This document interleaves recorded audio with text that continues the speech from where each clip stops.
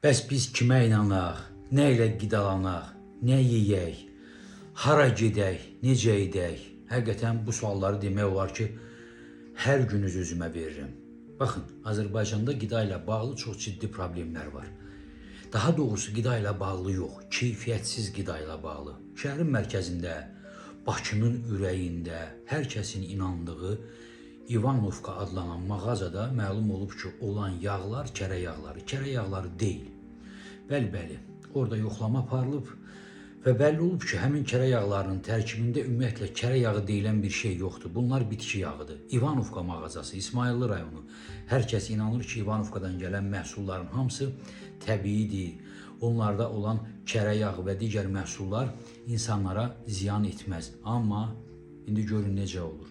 Artıq həmin mağazada olan bütün mallar müsadirə olunub və təbii ki, mağaza sahibi də cərimələnib. Bir daha deyirəm, bu şəhərin mərkəzində yerləşən İvanovka mağazasıdır. Orada satılan kərə yağı bitki yağı çıxıb. Görün indi başqa kərə yağlarının tərkibi necədir.